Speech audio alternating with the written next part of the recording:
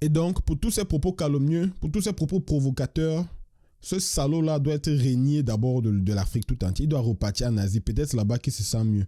Et si vous, tous ses disciples, tous ceux qui le suivent, vous pouvez le suivre. Un à un, vous partez. Nous, on n'a pas besoin de vous. L'Afrique doit évoluer sans vous. Parce qu'avec vous, elle ne peut pas évoluer. Le sélectionneur algérien de football, Djamel Belmadi, et Djamel Maladi, c'est comme un célèbre chirurgien, excellent chirurgien camerounais, professeur Jean Bébek dit souvent, c'est un salaud. Oui, oui, c'est un salaud. Et c'est un salaud qui est médiocre. C'est un salaud qui n'a jamais été un grand joueur. Un salaud qui ne sera jamais un grand entraîneur.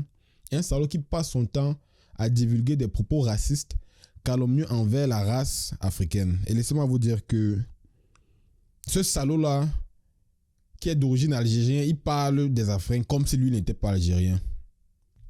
Quand les médiocres font face à des échecs, la première chose qu'ils font, c'est quoi? Ils commencent à chercher des excuses et chercher des boucs émissaires.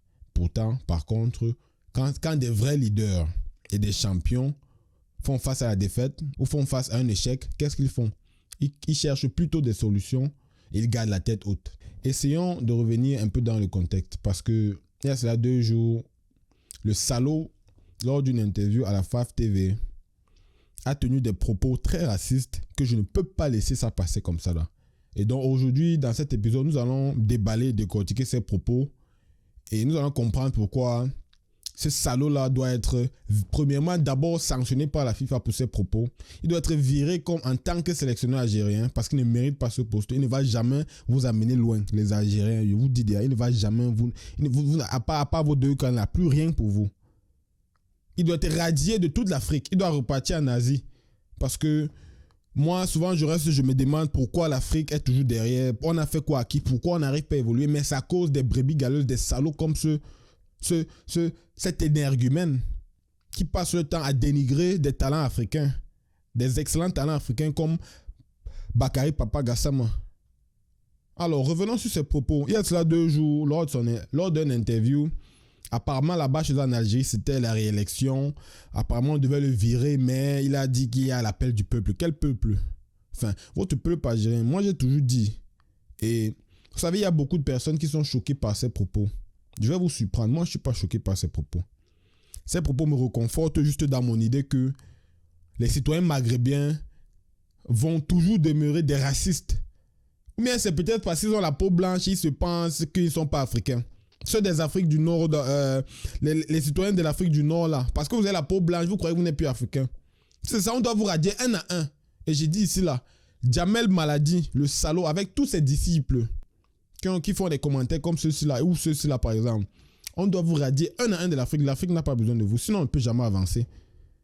Pendant son interview, le salaud parle, il dit qu'il y a conspiration contre l'Algérie. Mais attendez, je vais encore répéter ici ce que j'ai dit dans mes vidéos précédentes. L'Algérie, depuis quand vous êtes une grande nation africaine? Vous n'avez jamais été une grande nation africaine. Et dans cette lancée-là, vous ne serez jamais une grande nation africaine. Vous avez, ok, bon, après, donc c'est avec vos 2 camps là que vous croyez que non, vous n'avez jamais été et vous ne serez jamais une grande nation africaine. Donc pourquoi on va conspirer contre vous? Qui va conspirer contre vous?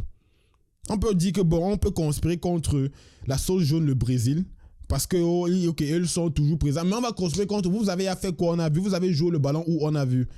Il n'y a pas de conspiration, monsieur le salaud. Vous êtes juste délusionnel. Vous ne savez pas ce qui se passe. Vous n'êtes pas un leader.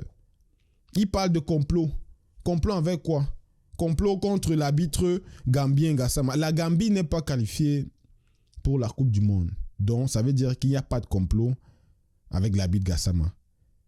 Et donc, ça veut dire que le salaud veut s'attaquer au Cameroun. Mais laisse-moi vous dire, s'il vous plaît, partagez cette vidéo pour que ça arrive au chevet de son lit dans son téléphone de Belmadi. Et ça, ce message doit aussi arriver à la CAF et arriver à la FIFA. Parce qu'on doit prendre des actions. On ne peut pas laisser ça passer comme ça là.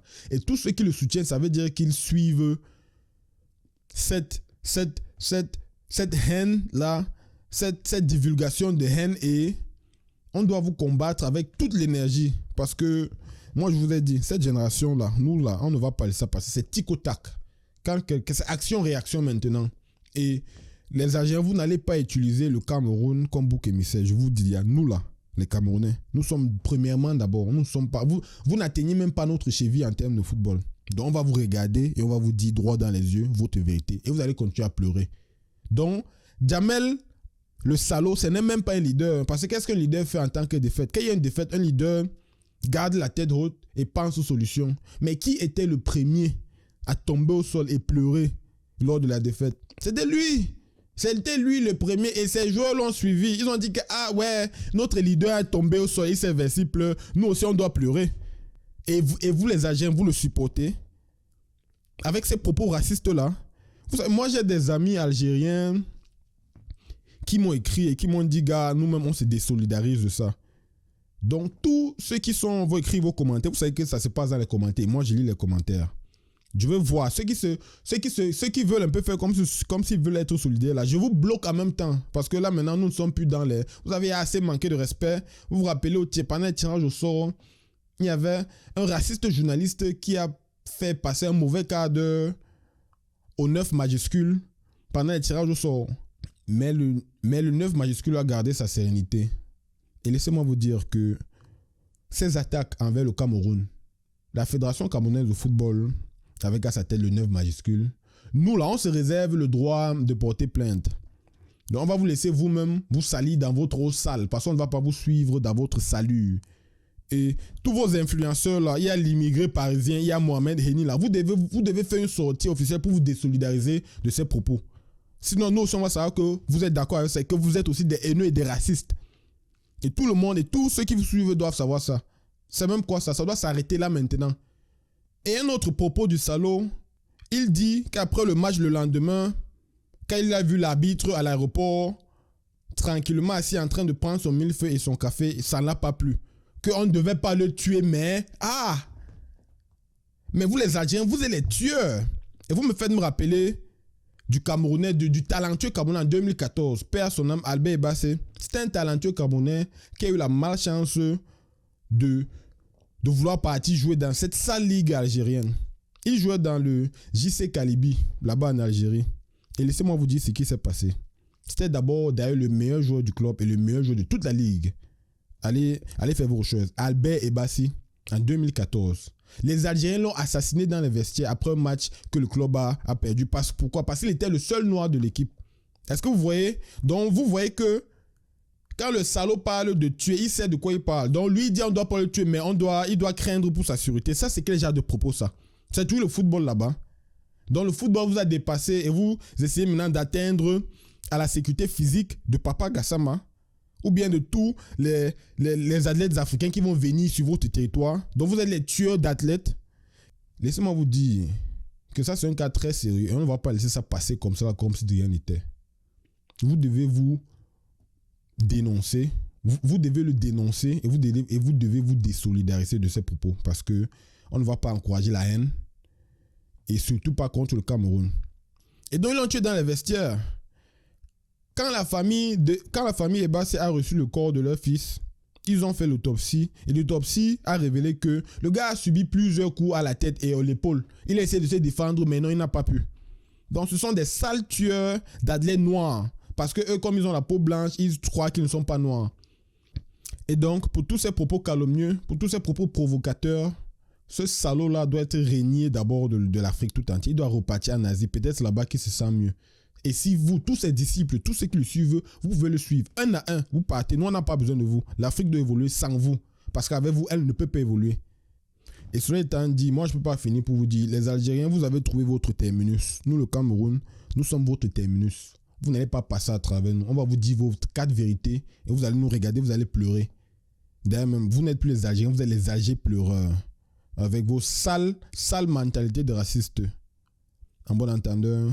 De toute façon, dans les commentaires en bas, comme d'habitude, vous savez comment ça se passe. Dites-moi ce que vous avez pensé de ces propos. Dites-moi si vous soutenez les propos du salaud. Dites-moi si vous êtes solidaire de ces propos. Et dites-moi ce que vous en pensez. Et dites-moi quelles sanctions ce gars doit subir, parce qu'il doit définitivement subir quelques sanctions. Il doit être sanctionné, que ce soit par son pays ou bien par la FIFA. Dites-moi en bas dans les commentaires et on se retrouve pour la prochaine vidéo. On est ensemble.